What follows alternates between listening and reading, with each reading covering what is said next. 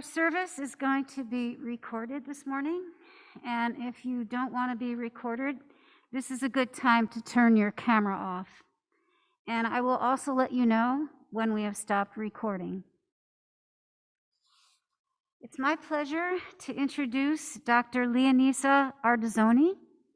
She's a peace educator serving on the faculty of Vassar College. She serves as an affiliate minister at the Fourth Universalist Society in New York City. She's an active member of the Kingston Interfaith Council and offers workshops for clergy and educators on addressing climate change. Reverend Leonisa is also a writer and a fine musician. So, Reverend Leonisa, welcome. Thank you.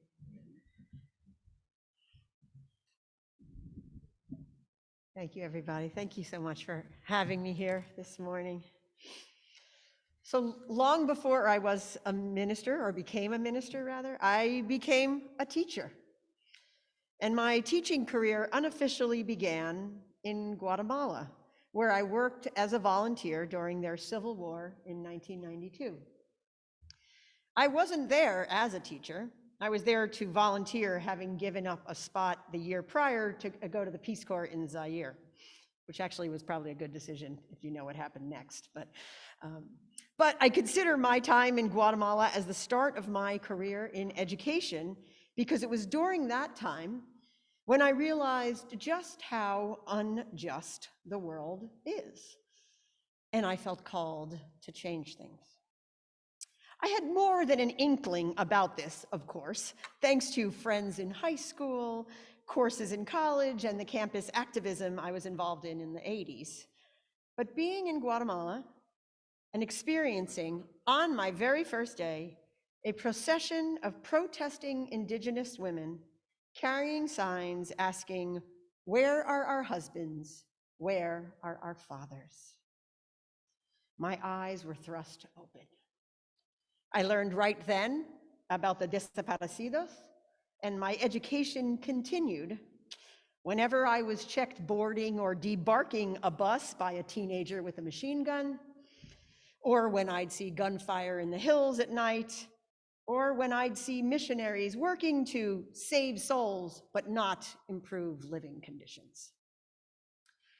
During my time there, I had many conversations that opened my mind and my heart.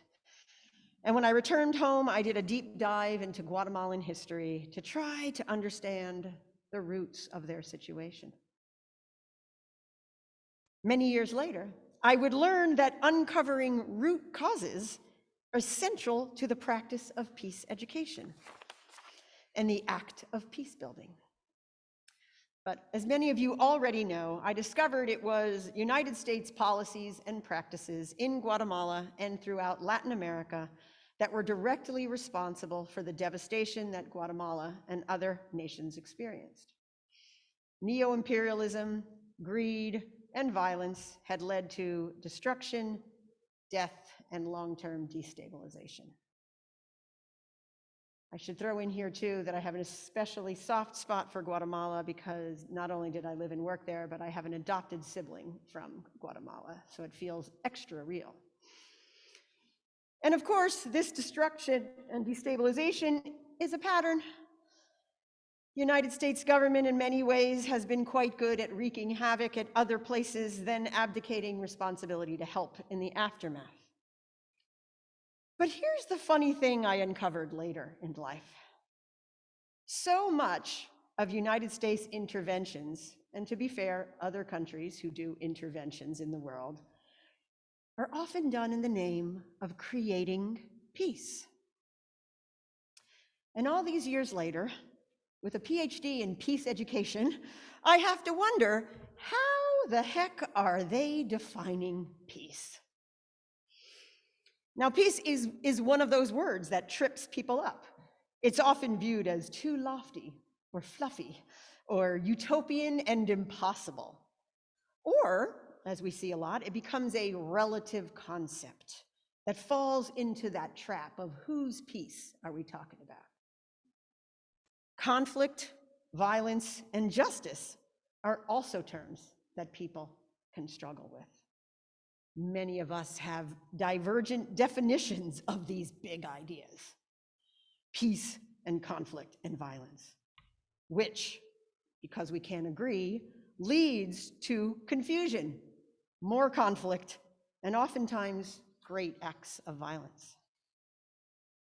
World history is riddled with wars and oppressive systems and structures meant to, in the eye of the power holder, create peace and stability, but probably more accurately, just enforce silence and submission. So that, to me, is not true peace. In peace education, we provide a model and a method of critically and systematically looking at issues to unpack assumptions, identify root causes, and then creatively enter into dialogue towards transformation and repair. And to do this, we have to start with some real definitions. So, in peace education, we use a rather encompassing definition of violence, one that feels very connected to me to our first UU principle, because it looks at harm in relation to dignity. So violence, in a broad sense, and in the peace education world, draws from the definition put forth by the Swedish peace researcher Johan Galtung. And it's anything that insults the dignity of another being. And thus, it is not just limited to what we would call physical violence. Most people conceive of violence as direct violence, the direct harm done by an actor or actors, also called personal violence. But most direct violence occurs due to the feelings of marginalization and despair and repression and desperation created by a structurally violent world. So it is important that we move our lens out and look at violence, structural racism, which, I got confused. This idea and the acknowledgement of structural violence, which today I find is showing up in the language of structural racism, systemic oppression, and white supremacy. Maybe they're interchangeable terms, or they're close. Makes it clear that violence is embedded into the structures and institutions of our society, and not by accident. Structural violence is then perpetuated by cultural violence, ways of thinking, being, and educating that maintain these hierarchical and oppressive systems. And sadly, organized religion and even schools, the two careers I chose, are just two vehicles of cultural violence. And all these forms of violence are interconnected, so they must all be considered when we want to work for peace and justice. You may have also heard of another parallel model conceptualizing violence that was put forth by Dr. Martin Luther King, and he called them the giant triplets of racism, materialism, and militarism. But all these structural forces propagate violence, and we see them, and we must see them, as a barrier to true and lasting peace. So while it's not a cheery thought, peace educators like myself tend to start everything we do with an assumption of violence in some form. Conflict and harm is always present, but it's how we look at conflict, oppression, and harm that makes it possible for us not to just create an illusion of peace or a temporary band-aid mollifying a situation, but rather deep and true peace. But what is true peace? Peace research likes to break it into two things: negative peace and positive peace. And I meant to bring a little cup to demonstrate, but I'm going to use an imaginary cup in my hand, right? So imagine if we have negative peace and it's filled with all the bad things in the world, right? We have this cup, right? If we start to take away all the directly bad violence and we empty the cup, we remove the personal violence, the war, that kind of suffering, that's a form of peace. right? And we call it negative peace because it's subtracting the things that harm our dignity or actively put us in harm's way of physical violence. But now we sort of have this empty cup, right? So to create positive peace, we actually need to remove all the things that harm our dignity. But I think a healthier way of thinking about it is, what do we refill the cup with, right? We are refilling it with, instead of, we take out oppression and we refill it with equality, right? We take out poverty and we refill it with security.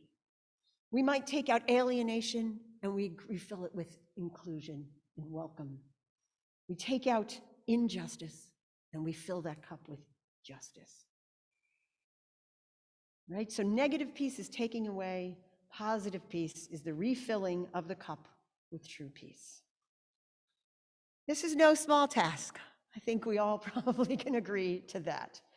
But we, as people of faith, especially of faith that claims to be inclusive, justice-seeking, and committed to, as embedded in our principles, peace and world community, we are part of that solution.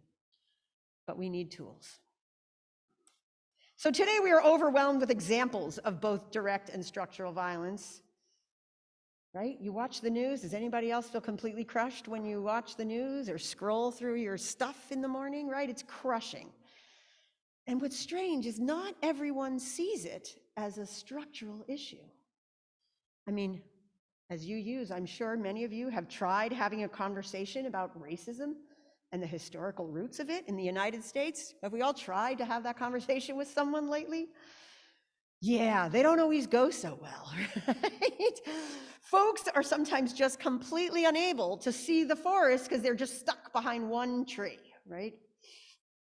The same is true against when we talk about violence against women, or how debt is crushing in this country, or the levels of poverty, and of course, when we try to talk about climate change. So many folks, certainly that I interact with or that I see in the world, cannot see issues as systemic and interconnected. And they certainly then will have trouble seeing root causes. And that's where we begin in peace education. So let's take an example. I like to use this in classes, right? We talk about this. Take, for example, local violence, right? The direct violence we often see on the news in struggling communities.